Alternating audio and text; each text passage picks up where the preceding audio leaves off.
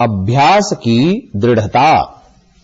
सतु दीर्घकाल नैरंतर्य सत्कारासेवितो दृढ़ भूमि। संसार में कोई ऐसा क्षेत्र नहीं है जिसमें मनुष्य प्रवेश नहीं करता हो। जैसे खेल के क्षेत्र में कोई व्यक्ति सफलता को प्राप्त करता है और वह सफलता भी तीव्रता के साथ प्राप्त कर लेता है, ऐसी सफलता को प्राप्त करने वाले को देखकर हजारों नहीं लाखों अपितु करोड़ों लोग उस क्षेत्र से प्रभावित होते हैं। उनमें भी इच्छा उत्पन्न होती है कि हम भी इस खेल के क्षेत्र में अपना भविष्य बनाएं। किसी क्षेत्र में प्रवेश की इच्छा रखना बहुत सरल है, उस क्षेत्र में प्रवेश करना भी सरल है, किंतु उसी में अभ्यास करना महत्व रखता है। अनेक व्यक्ति हैं जो अभ्यास करते हैं, परंतु सफल कितने होते हैं? बहुत ही कम। क्या कारण है अभ्यास करने पर भी वे सफल नहीं होते? कौन सा खिलाड़ी जीतना नहीं चाहता? खिलाड़ी मैदान में उतरता ही जीतने के लिए है, परंतु सभी नहीं जीतते। क्यों? और जो विजयी होते हैं वे कैसे होते हैं? जैसे खेल के क्षेत्र में है, वैसे ही अन्य सभी क्षेत्रों में भी है। जैसे लोक के सभी क्षेत्रों में है, वैसे ही ईश्वर को प्राप्त कराने वाले योग के क्षेत्र में भी समझना चाहिए। सफलता को दिलाने वाले अभ्यास को यथार्थ रूप में किस प्रकार से करना चाहिए, उस विधि को महर्षि पतंजलि ने प्रस्तुत सूत्र में वर्णित किया है। प्रस्तुत सूत्र की व्याख्या करते हुए महर्षि वेदव्यास ने तो मानो आत्मा की आंखें ही खोल दी हैं। संसार का कोई भी क्षेत्र योग के क्षेत्र के समक्ष फीका पड़ जाता है। कारण यह है कि किसी भी क्षेत्र को लीजिए, मनुष्य अभ्यास कर करके एक जीवन में सफल हो ही जाता है, परंतु योग के क्षेत्र में ऐसा नहीं है कि मनुष्य एक ही जन्म में मुक्त हो जाए। इसके लिए तो अनेकों जन्म चाहिए। अनेक जन्म लेकर बार बार यम नियम आदि का अभ्यास करना है। यह कार्य अत्यंत कठिन है। इस कठिन कार्य को संपन्न करते समय योगाभ्यासी यदि अधीर हो उठता है, हताश निराश हो उठता है, डगमगाता है, तो सफल नहीं हो पाएगा। उसकी सफलता दृढ़ करने के लिए महर्षि पतंजलि ने एवं महर्षि वेदव्यास ने अत्युत्तम विधि को प्रस्तुत किया है। किस उत्तम विधि से अभ्यास करना चाहिए, इस संदर्भ में महर्षि पतंजलि कहते हैं, स तु दीर्घकाल नैरंतर्य सत्कारासेवितो दृढ़ भूमि। अर्थात हे मनुष्य, तुम जिस अभ्यास को करने जा रहे हो वह अभ्यास दीर्घकाल तक करो, लंबे काल तक करो। कितने लंबे काल तक करना है? जितना तुम्हारा जीवन काल है, अर्थात जब तक जीवित रहोगे तब तक। इतना ही नहीं, मरकर पुनः जन्म लेना, फिर अभ्यास करना, फिर मृत्यु तक करना, फिर जन्म, फिर मृत्यु, इस प्रकार बस करते ही जाना, रुकना ही नहीं। यह ही दीर्घकाल का अभिप्राय है। इसी को महर्षि वेदव्यास जी ने दीर्घकाल सेवित शब्द से कहा गया है। सूत्रकार ने अभ्यास को जहां दीर्घकाल तक सेवन करने की बात कही है, वहां निरंतर सेवन करने के लिए भी कहा है। इसको महर्षि वेदव्यास ने निरंतरासेवितः शब्द से स्पष्ट किया है, अर्थात निरंतर बिना अवकाश के लगातार करते ही जाना, प्रतिदिन करते ही रहना। प्रायः संसार में प्रत्येक कार्य में कभी न कभी अवकाश रखा जाता है। शनिवार, रविवार, त्योहार, गणतंत्र दिवस, स्वतंत्रता दिवस, कोई अमावस्या और पूर्णिमा को और अतिरिक्त अवकाश के रूप में भी बहुत कुछ होता है। कोई कभी भोजन में, कभी निद्रा में, कभी किस में अवकाश रखते हैं। कोई ऐसा क्षेत्र नहीं दिखता जहां अवकाश न रखा जाता हो, परंतु परमेश्वर को पाने हेतु उपासना का अभ्यास निरंतर चलते ही रहना चाहिए, इसमें कभी अवकाश नहीं रखना चाहिए। इसी कारण महर्षि पतंजलि एवं महर्षि वेदव्यास ने लगातार अभ्यास करने का विधान किया है। यदि अवकाश की सूक्ष्मता में जाकर देखें तो स्पष्ट होता है कि हम अवकाश किसका रखते हैं और क्यों रखते हैं। हम जिस किसी भी क्षेत्र में कार्य करते हैं अपने सुख के लिए कार्य करते हैं। तरह तरह के कार्यों में अवकाश रखते हैं तो भी खाली नहीं रहते। एक कार्य में अवकाश रखकर दूसरे कार्य में व्यस्त होते हैं। यदि कोई कुछ भी न कर निद्रा में व्यस्त होता हो तो वह निद्रा भी एक कार्य है जिससे उसे सुख मिलता है। हां, कोई यह अवकाश ले कि आज पूरे दिन 24 घंटों में सुख नहीं लूंगा। इस प्रकार सुख न लेने का अवकाश लेकर दिखावे, ऐसा संभव नहीं है। अवकाश लेना आत्मा के लिए हानिकारक है। इतना अवश्य कर सकते हैं, परिवर्तन के लिए बदल बदल कर कार्य करें। यह बदलाव ही अवकाश है, अन्यथा मनुष्य के लिए कभी भी अवकाश न होना चाहिए। उपासना का अभ्यास सुख के लिए है और वह सुख भी ईश्वरीय सुख है एवं अपरिमित सुख है, लगातार मिलने वाला सुख है, दुख रहित सुख है, जिसमें लेश मात्र भी दुख मिला हुआ नहीं है। ऐसे सुख के लिए उपासना हो और उस उपासना का अभ्यास रोक लेवें, ऐसा कैसे हो सकता है?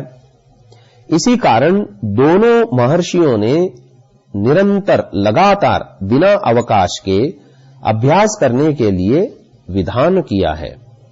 सूत्रकार ने अभ्यास को दीर्घकाल व निरंतरता के साथ साथ सत्कार पूर्वक सेवन करने की बात कही है। हम जिस किसी भी क्षेत्र में आगे बढ़ना चाहते हैं तो अभ्यास के द्वारा ही बढ़ेंगे, परंतु अभ्यास बिना सत्कार के करेंगे तो अभ्यास फलदायी नहीं बनेगा। यहां पर सत्कार का अभिप्राय बताते हुए महर्षि वेदव्यास जी लिखते हैं, तपसा ब्रह्मचर्येण विद्यया श्रद्धया च संपादितः सत्कारवान दृढ़भूमिर्भवति। अर्थात हम जिसका अभ्यास करते हैं उस अभ्यास में तप हो, ब्रह्मचर्य, संयम हो, विद्या हो और श्रद्धा हो। तप रूपी, ब्रह्मचर्य रूपी, विद्या रूपी, श्रद्धा रूपी सत्कार से किया गया अभ्यास फलदायी बनता है। तपस्या पूर्वक, ब्रह्मचर्य पूर्वक, विद्या पूर्वक एवं श्रद्धा पूर्वक की गई उपासना का अभ्यास पांचों वृत्तियों को सर्वथा रोकने वाला बन पाएगा। तपपूर्वक अभ्यास प्रायः मनुष्य हताश निराश होकर लक्ष्य से भटक जाता है, परंतु यदि मनुष्य तपस्या से अभ्यास करता जाए, चाहे सर्दी हो या गर्मी, चाहे भूख हो या प्यास, चाहे मान हो या अपमान, चाहे स्तुति हो या निंदा, तो समस्त द्वंद्वों को सहर्ष स्वीकार करता हुआ मन को खिन्न न बनाते हुए वृत्तियों को रोकने में समर्थ हो जाता है। तपपूर्वक अभ्यास करने वाला व्यक्ति छोटे मोटे दुखों को भी सहर्ष स्वीकार इसलिए करता है कि बड़े बड़े दुखों से छूटने का मार्ग प्रशस्त हो रहा होता है। इसी प्रकार सांसारिक सुखों का इसलिए त्याग करता है कि ईश्वरीय आनंद का मार्ग प्रशस्त हो रहा होता है। यह कार्य भारी तप के बिना नहीं हो सकता, अतः सूत्रकार ने तप पूर्वक अभ्यास करने की बात कही है। ब्रह्मचर्य पूर्वक अभ्यास, आज मनुष्य की दृष्टि अर्थात नजरिया बदल गया है। चकाचौंध में फंसकर मनुष्य अपने को विकसित मान रहा है और जैसे जैसे चकाचौंध बढ़ती जा रही है वैसे वैसे स्वयं को तदनुरूप बनाता जा रहा है। ऐसा व्यक्ति ब्रह्मचर्य का पालन नहीं कर सकता। एक और हम अपने को मर्यादा पुरुषोत्तम श्री रामचंद्र व श्री कृष्ण की संतान मानते हैं और दूसरी ओर हम भौतिकवाद में फंसकर ब्रह्मचर्य का हनन करते जा रहे हैं। स्वयं को विकासशील एवं ज्ञानी मानने वालों को वेद का सूक्ष्म विज्ञान तब तक समझ में नहीं आएगा जब तक स्वयं को संयमित नहीं करेंगे। ब्रह्मचर्य का पालन न करने वाले वेद की निंदा कर रहे हैं, क्योंकि वेद कहता है कि ब्रह्मचर्येण तपसा देवा मृत्युमपाघ्नत। अथर्ववेद 11:5-19। अर्थात योगी जन ब्रह्मचर्य का पालन करके मृत्यु को जीत कर ईश्वरीय आनंद को पाते हैं। अतः वेद का अनुसरण कर समस्त ऋषिगण महापुरुष ब्रह्मचर्य का पालन किया करते थे। इसी कारण सूत्रकार ने ब्रह्मचर्य पूर्वक अभ्यास करने के लिए सत्कार शब्द का कथन किया है। ब्रह्मचर्य पूर्वक अभ्यास किए बिना ईश्वर को प्राप्त करना असंभव है। विद्यापूर्वक अभ्यास। संसार में मनुष्य बहुत अभ्यास करते हैं। कोई ऐसा क्षेत्र नहीं दिखता जिस क्षेत्र में अभ्यास नहीं होता हो, परंतु अभ्यास करने वाले सभी सफल नहीं होते। इसके पीछे मुख्य कारण अविद्या रहती है। इसी को ध्यान में रखते हुए सूत्रकार एवं भाष्यकार ने विद्यापूर्वक अभ्यास करने की बात कही है। जब मनुष्य यथार्थ ज्ञान के अनुसार अभ्यास करता है तो मनुष्य की निर्णय करने वाली बुद्धि उचित निर्णय देगी। मनुष्य का मन ज्ञान के अनुरूप ही विचार व विमर्श करेगा। मनुष्य की ज्ञानेंद्रियां संयमित होकर ही नवीन जानकारी प्राप्त करेंगी। कर्मेंद्रियां उन्हीं कर्मों को करेंगी जिनको करने से ईश्वर आनंद मिलेगा, और शरीर को ज्ञान के अनुरूप ही रखेगा, जिससे शरीर रोग युक्त न बने। मनुष्य अपने शरीर, इंद्रियों, मन, अहंकार व महत तत्व रूपी बुद्धि को योग के अनुरूप बनाकर विद्या रूपी अभ्यास के माध्यम से योग को सिद्ध करेगा। अन्यथा अविद्या योग को कभी सिद्ध नहीं होने देती है। श्रद्धापूर्वक अभ्यास। मनुष्य किसी भी क्षेत्र में अभ्यास करता है तो श्रद्धापूर्वक ही करता है, परंतु योग का क्षेत्र ऐसा है कि जिसमें परमेश्वर को उपलब्ध करना है और परमेश्वर को किसी और के द्वारा उपलब्ध करते हुए साक्षात प्रत्यक्ष भी नहीं देखा जाता है। ऐसी कठिन परिस्थिति में अभ्यास करना, और वह भी कुछ समय या कुछ वर्ष या जीवन पर्यंत भी तो नहीं, यह तो 1-2 जन्म भी नहीं, अनेकों जन्मों तक अभ्यास करना है, तो वह अभ्यास निरंतर करते हुए श्रद्धा भी रहे और श्रद्धा में न्यूनता भी न आए। क्या यह संभव है? हां, संभव है, क्योंकि संभव भी अनेक बार असंभव के रूप में प्रतीत होता है। उसी को जनता असंभव को संभव बनाया ऐसा कहती है, परंतु असंभव असंभव ही रहता है, वह कभी संभव नहीं बनता। हां, संभव को मूर्त रूप देने वाले यदि मूर्त रूप न दें तो संभव भी असंभव के रूप में प्रतीत होता है।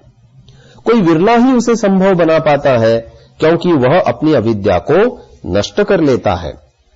हताश निराश न होते हुए परमेश्वर के प्रति पूर्ण श्रद्धा उत्पन्न कर श्रद्धापूर्वक किया गया योग का अभ्यास निश्चित रूप से फलदायी बनता है।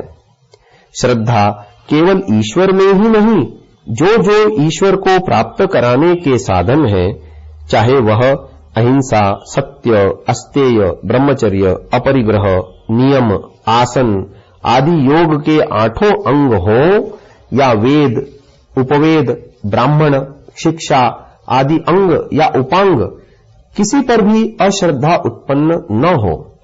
ईश्वर को प्राप्त कराने के जो साधन बनते हों, उनको श्रद्धापूर्वक अपनाते हुए ही निरंतर अभ्यास करते रहना होगा। ऐसी स्थिति में ही ईश्वर की उपलब्धि हो पाएगी। प्रायः मनुष्य का जीवन क्रियात्मक न होकर शब्दात्मक अर्थात पुस्तकीय होता है, अतः व्यवहार में असफल होता है। इस कारण सूत्रकार एवं भाष्यकार क्रियात्मक रूप देने हेतु दीर्घ काल तक निरंतर और सत्कार अर्थात तपः पूर्वक, विद्यापूर्वक, ब्रह्मचर्य पूर्वक, श्रद्धा पूर्वक अभ्यास करवाकर मनुष्य को उपलब्धि की ओर बढ़ा रहे हैं। हमने अपने मन में कितने ही गलत संस्कार उत्पन्न किए हों, उन सबको इस सूत्र के माध्यम से नियंत्रित कर वृत्ति रहित बनाकर समाधि की ओर बढ़ सकते हैं। फिर हम गलत संस्कारों से नहीं दबेंगे, हम गलत संस्कारों को दबाएंगे। इसी बात को महर्षि वेद व्यास जी लिखते हैं, व्युत्थान संस्कारेण द्रागित्येवानभिभूत विषय इत्यर्थः। अर्थात व्युत्थान यानी लौकिक संस्कारों से वह अभ्यास शीघ्र न दबने वाला होता है। अभिप्राय यह है कि वह अभ्यास इतना दृढ़ होता है कि वह कभी नहीं दबता। तभी वह अभ्यास वृत्तियों को रोकने में पूर्ण समर्थ होता है।